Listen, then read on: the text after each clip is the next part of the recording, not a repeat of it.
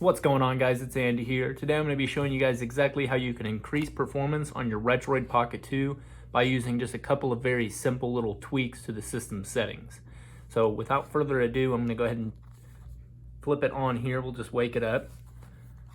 Now, if you've seen any of my recent videos, you'll know that the Dig emulator front end is set as my home launcher. For the sake of this video and getting into the settings and doing a couple of things, I went ahead and went back to the default launcher, just so it'll be a little easier to follow along with and kind of help us get to some of those things that we need.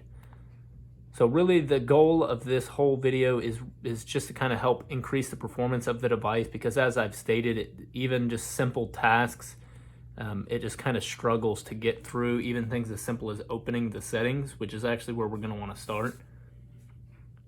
This has been my experience with a couple of different apps, settings being the biggest offender.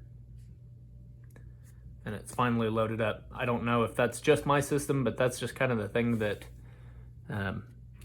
you deal with. But with some of these system tweaks, it does help overall performance, and even with a lot of the other applications that you're probably going to be opening a little more often. So I'm really not too concerned about settings. Once you kind of have everything set up, then you really don't need to open it too often. So the first thing that I did to help increase some of the performance here is number one, Android or iOS 101 is anything from battery drain to chugging in the performance or slowdown, or just eating up RAM. Applications are going to be the biggest offender of that. And if there's an application on the device that you don't need and you can uninstall or disable, you might as well go ahead and do that. For me, calculator, calendar, all those regular things. I kept clock on there because I still want that to work, but really this is just going to be a gaming handheld, so the calculator and the calendar, all that stuff that you've got access to on your phone or your computer or pretty much anywhere else, I just didn't see the point in having them. So what you want to do is you want to just go ahead and click into the application, and then right here where this says disabled, it's kind of grayed out because you actually can't even disable the clock. You'll just want to click disabled. But the first thing that you want to do, if we can find an application to uninstall, we will try, let's see, Moonlight. Let's get rid of Moonlight. I can always reinstall it, but basically something that a step that a lot of people miss when they're uninstalling applications on Android is it goes a little bit deeper than just uninstalling.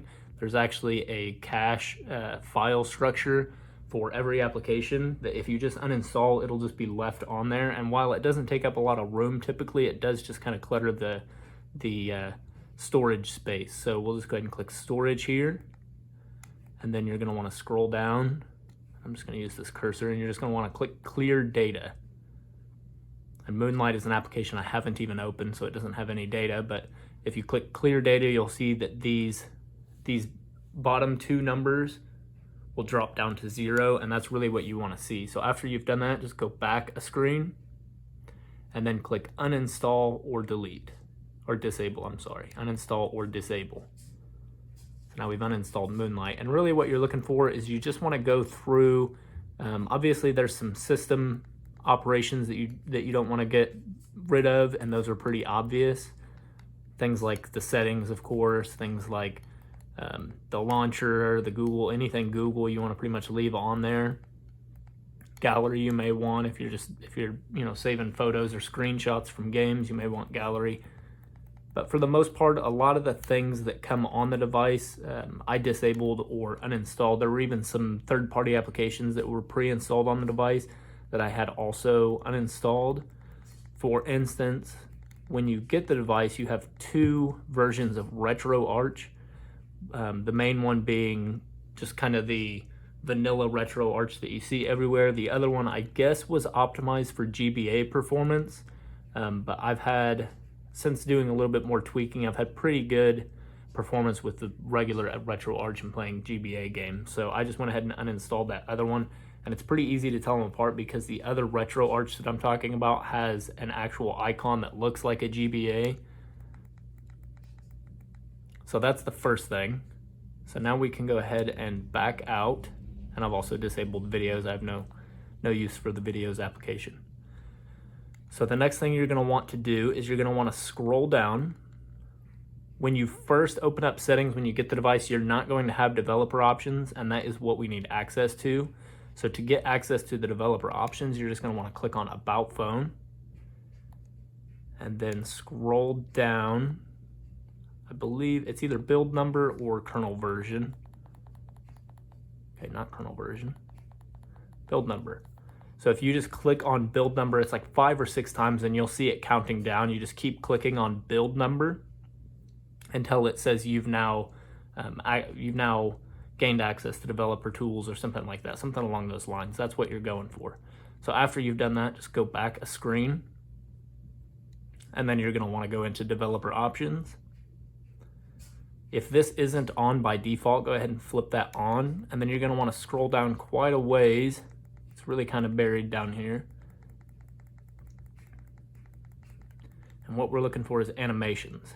So those are right here, and these animations are very subtle. With or without them, you're really not going to notice the difference, or at least I haven't. But what the animations do is basically just from, and they say the window animation scale, transition animation scale, all of that. By default, these are set to 1x, I believe. And I just went ahead and turned all of these off, just because that's going to kind of take a hit on the RAM and the processing power of the device every time it tries to do those animations. Even though they're very subtle, it's not going to be a huge increase, but it really does make a difference, and you might as well just shut some of those things off if you really don't need them. And again, I don't think you'll even notice after you turn them off other than a marginal increase in performance. So just go through all those animations all the way down to animator duration scale, I believe, and then any of those that are enabled, just go ahead and turn all of them off. Okay. So that should be about it in the developer tools and the system settings. So now if we just go ahead and click home, I'm just going to go ahead and disable that cursor so we can get through this a little more easily. Open up your app drawer, and then you're going to want to find this toolbox application. So then the next thing we're looking for is the background process limit. So if you click on background process limit, by default, I believe it's set to 2 processes. You just want to go ahead and set that to no background processes. And so basically, actually I think it's set to standard limit when you first set it up.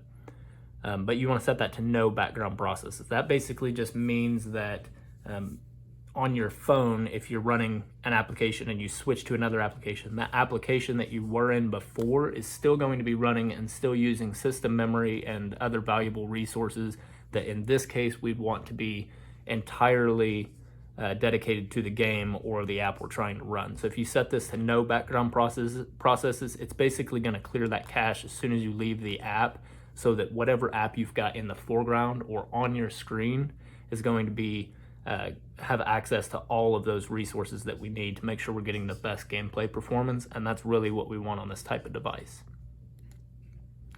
So I believe that is it for the tweaks that I've done, and that has helped quite a bit. Really, just to summarize, number one, you're going to want to just go ahead and uninstall any unnecessary or redundant applications.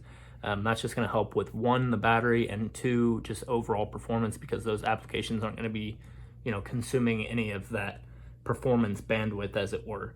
So clear applications. Then you're going to want to go to the system settings and enable developer tools the way I showed you, and then just disable all of those animation scales in the developer options.